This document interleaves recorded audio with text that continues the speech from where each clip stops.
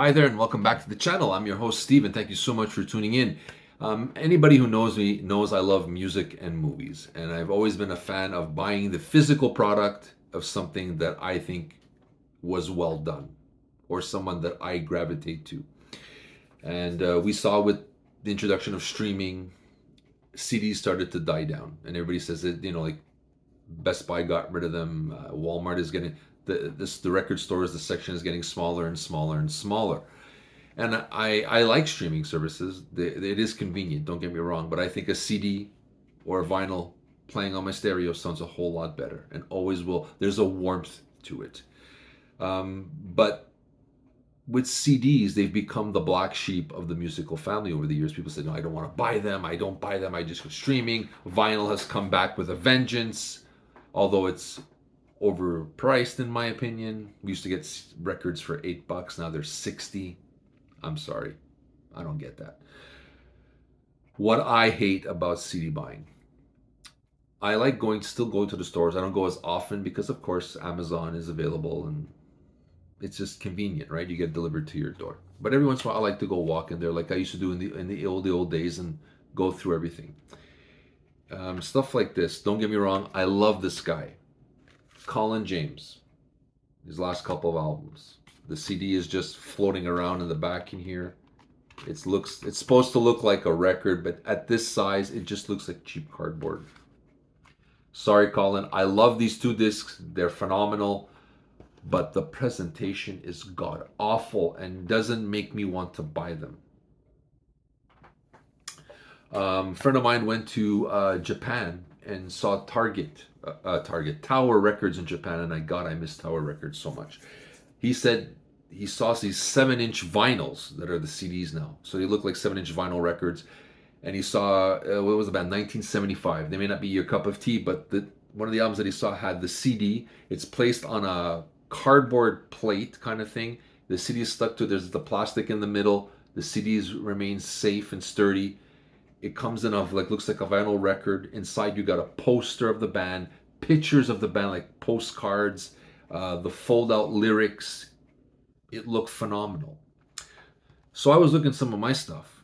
So I got this Whitesnake one, which looks pretty good. You may not like this guy. He's not big here, but Robbie Williams. Look at these things, how sturdy they are. They look great. And if you wait it out, they kind of dip in price. Like this cost me I think $3 Canadian. And you get the booklet, the lyrics, the CD. It's safe in here. It's beautiful. It's sturdy.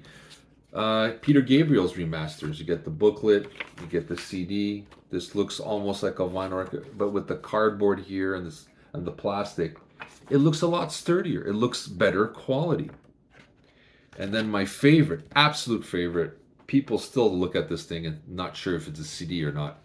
It's Iron Maiden, Senjutsu, their latest album. It's beautiful. It's I would have bought this just for the artwork because I like samurais. This is phenomenal. It's beautiful. This makes it an event, which I think it should be if an artist comes out with something that they worked hard on. It's an event. And it should be treated. And presentation is part of the marketing ploy of selling your music. You should give me something that I look at and go, wow, this is really neat. I like the music too, but gosh darn, I'll put this on top of my one of my bookcases and leave it there. And three people walk by and said, what is that? It's like a book about samurai or something? No, it's a CD. And like, oh my God. And they take this down. This is really cool. That's what you want to happen to CDs again. You want to have people say, oh, that's really cool, as opposed to going, looks like a flimsy cardboard box. Because if the company that's releasing this does it like that, and it looks like they don't really care about how the product is presented, do you think us as the customer are gonna go, oh wow, cool, you put no thought into this, gosh darn, I'll buy it? No. And I think that's what's actually also hurting CD sales. It's the way it's being presented. Make it cool again, like it was back in the day. Sometimes you had like color discs. I remember cassettes back in the day. There was Glass Tiger. Their cassette was red. Luba came out on the same week. Her cassette was blue. And you kind of went, oh, that's so cool. As you're watching it spin, this blue thing and a red. It's awesome. Now they have colored vinyl. Do something with the CD. Make it, you don't have to make it just a black or a silk. Give it a color. Do something interesting with it. So when I open the book, oh wow. I think they got to develop interest into the CD again.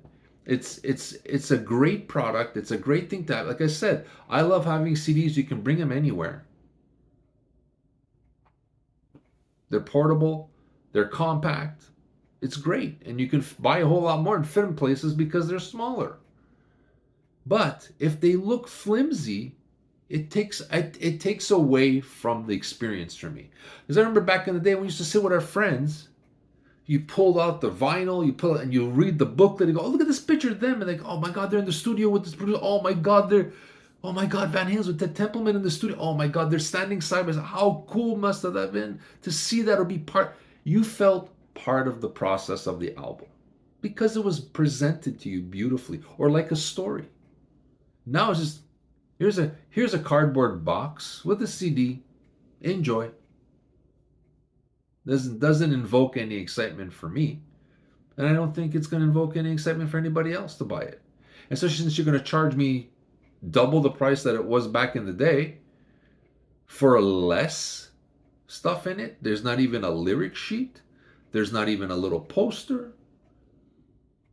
I don't know. Give me something. Make it worthwhile. And you know, if you want to charge me $1 or $2 more, okay. If it's somebody that I like, and you give me something, like I said, look, this is cool. It's nice. Sturdy. And like I said, I waited it out a couple of weeks and it dipped in price. You know, like everything else, you don't buy your Blu-rays first day of release. You know it's $30. You wait 2 weeks, it'll go down to 15. Same thing. But give us something. And again, no offense to Colin James, but that record company, Plain Story Records, this is unacceptable. For somebody of this caliber, you should have given him something like this. It's his 21st studio album, and it's I sat there, I went to the store and this is it. Your website is promoting this 21st studio. He's won so many Grammys. He's an institution. Okay. Then show me. Give me something that shows that you actually are standing by these words you've placed on his website. And again, I'm not taking away from his albums are phenomenal. I love the last 2 albums from him. He is on fire. But how much more I would have enjoyed this journey with him if he made a presentation of an album that makes me feel that I'm part of it, as opposed to, oh, here's a cardboard. But that's me. You let me know what you think of these things. Do you still buy CDs? Do you think they're boring too? We'd like to see a resurgence of these things. I would like to see something a little more like this happening with artists, like especially the bigger ones or ones that we love. A McCartney, Prince, a Bon Jovi, a Rush, Triumph, anybody, Madonna. I'll take any, Lady Gaga. I'll take anything at this point. You just give us something that makes it worth. If you're gonna I'm dishing out $20 for cardboard. I used to pay that $8. I understand time moves on, but I don't think this cost you that much money. And it doesn't look great. And I think for someone of Colin James' caliber, or anybody, an artist who's releasing something that they're proud of or putting their name on, the presentation should reflect that as well. But that's me. Again, pass this along to anybody who buys CDs or used to buy CDs and is wondering, why isn't it working anymore? Maybe this video will give them some value. You let me know what you think. Post your comments down below. We'd like to know what you think. This is Steven from the Roundtable with what's the future of CDs and how do we get them to come back, okay? See you soon, guys.